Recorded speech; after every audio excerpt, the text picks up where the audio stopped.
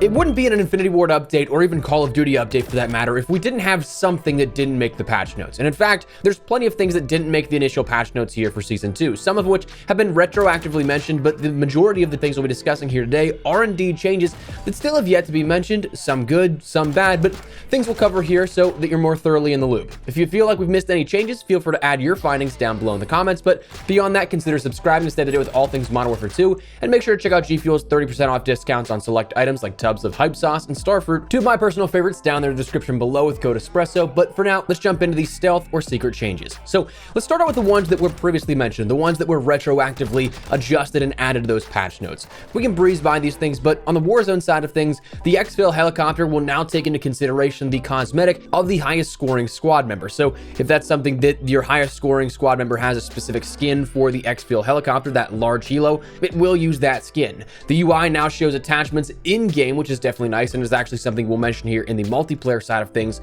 for out of game as well. The Semtex and drill charges will now one-hit down players if you stick them with those items, and throwing knives are one hit at the head or upper torso. As for DMZ in particular, there are a few things that were mentioned. Solo queue self-revives are available if assimilated squad members are downed. AI combatant threats generated by recon and bomb drones have been reduced, and they fixed instability of the loot on the train in Al Mazr, which would previously and continuously kick you out of any inventory box, bag, because the train was in motion. So it was kind of like, oh, you're pulling away from that user interface that you're trying to access. So that was a bug that was fixed out as well. But let's now jump into the things that weren't mentioned. On the multiplayer side of things, we had weapon tuning get adjusted here in regards to you now have the ability to access the tuning values with your D-pad on your controller. Previously, it was only the left thumbstick that would access this. You have to use it by going up, down, left, or right, but now you can end up accessing those values on the D-pad as well.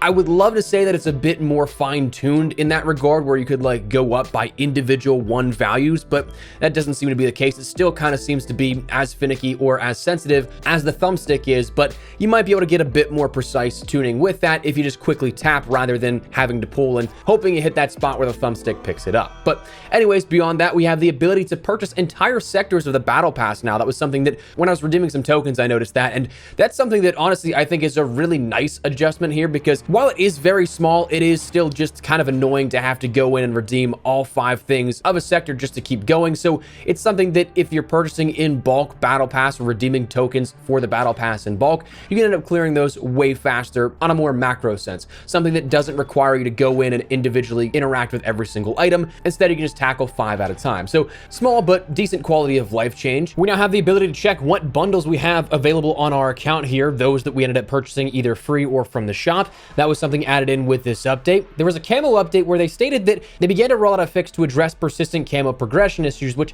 again is still, as we mentioned the other day, kind of vague in what they mean by this. It kind of seems like you're going to have the ability to automatically unlock atomic and the challenge for polyatomic if you have all gold and platinum weapons of a category, but that seems to be hit or miss with players. But it was something that they later amended here, but was an adjustment with the Season 2 update. Then we ended up seeing that Infected did not, but now has multiple loadouts to choose from. One you can partially count as a change is the creator class icons for weapons now highlight the selected attachments on that specific build. This is something that I say is a partial change because it was introduced with Season 1, but it also was taken away, added back a couple of times. I want to say 2 times for each, where it was added, taken out, added again, and then taken out once more, to which we have it again here with Season 2. Another one, on the settings side menu, we now see the season's timing left on that. So something that's kind of just a quick little reminder, hey, you have X amount of time left on the season if you don't go over to the Battle Pass tab. Now, there are 2 additional things that I want to touch on for multiplayer in particular, which are unfortunate changes. One, gun game and grind are both not in the game just yet. That's something that was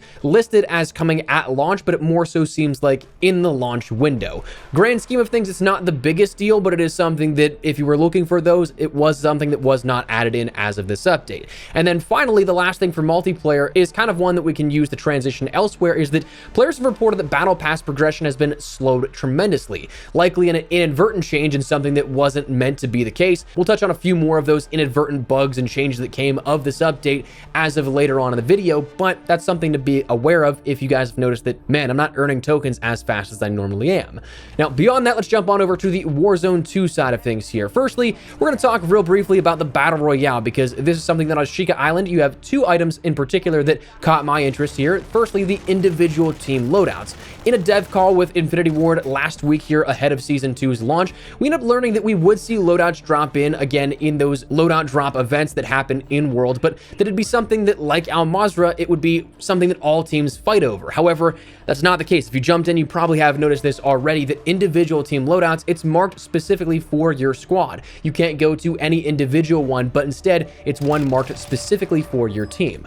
Additionally, one other thing that was added in here under the radar that kind of caught me off guard was scavenger contracts as we knew them from Modern Warfare's Warzone 1 experience. So that's something that we have the safe cracker in Al Mazrah, which is functionally the same thing. It just has a little bit more of a time limit on it where you have to break open those safes and you have to plant the explosive. So all in all, it's not as simple as just opening up 3 supply caches, but it does kind of the same thing here with that. But again, just coming over 1-to-1 from Warzone 1. Now, beyond that, let's touch on some DMZ changes. Firstly, players can now unlock Season 2 weapons through extraction in DMZ, which is weird. We had the ability to do that with the M13B, and that was actually the way you had to do it within Warzone 2 and Season 1's launch. But one thing that was added to their Trello board and was something that was clarified that they fixed, air quote, was that you can do this now for the Season 2 weapons, which are only available in the Battle Pass. So making that kind of odd that you can seemingly skip ahead of those 15 to 30 tiers that it normally takes to end up getting those weapons. But it seems like you can do that now, and it's a change that was not mentioned in the original patch notes. Beyond that, the AI strength has been nutty. It apparently seemingly was buffed, not nerfed, but that was something they've already stated they're investigating, and a fix should hopefully be incoming. We saw this happen with the Season 1 Reloaded update as well, but it was fixed relatively shortly after that, so fingers crossed this is fixed out, and that change itself isn't lasting too much longer. The insured slots for your weapons have now also been changed in terms of their cooldown times. Previously, it was 2, 4, and 6 hours for your first, second, and third ones. Now it's just cooldowns of 1, 2, and 3 hours here for those weapons. So that's something that's definitely really nice if you end up losing any of your loot. Also, insured weapons right now, as an inadvertent bug and change, is that it seems to be turning into contraband weapons in display after the final exfil and some standard exfils. The final exfils, from what I've seen so far with Season 2, pending that no changes have been made by the time this video goes up. Full transparency, this is being recorded a couple of days earlier before the video goes out, but pending no fixes, final exfils seem to be very buggy, in which players have reported losing all of their loot. They've reported their insured weapons changing into contraband weapons and all kinds of different bugs. So just be conscious that the final exfil might not be the safest bet here in regards to DMZ for the time being.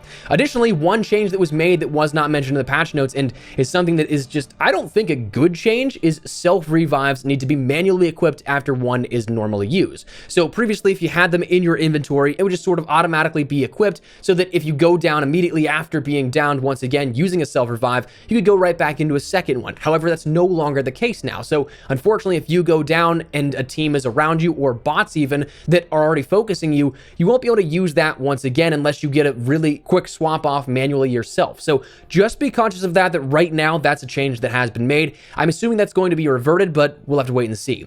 Additionally, one piece of content that was added in that was under the radar is the addition of bronze, gold, silver, and Damascus tags, ranging anywhere from 2,500 for their sale to 50,000 in cash value in game.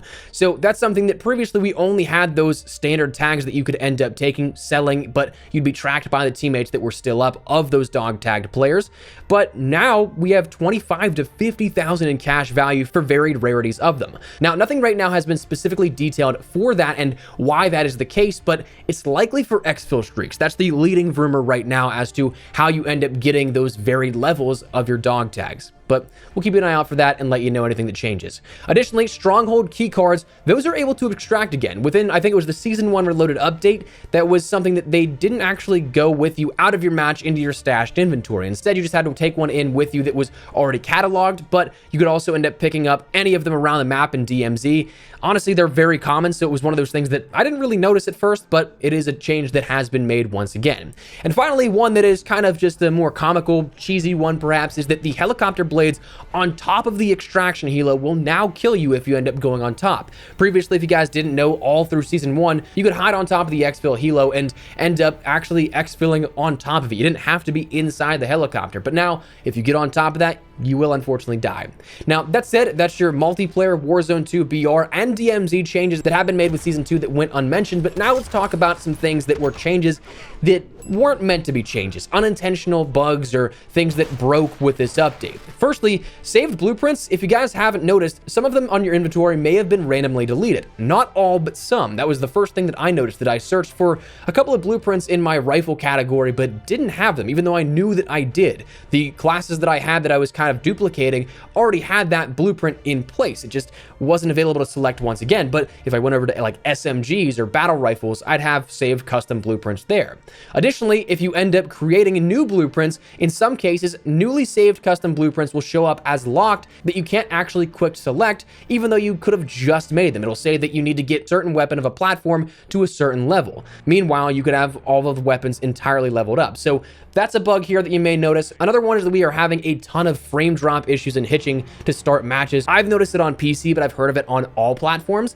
Then we've saw some issues with ranked suspensions and kicks for players being kicked for inactivity despite playing normally. Like, I've seen so many clips of people like just walking around the map, but it says they get kicked for inactivity, which then triggers that suspension that will happen in ranked play. Obviously, not what you want to do.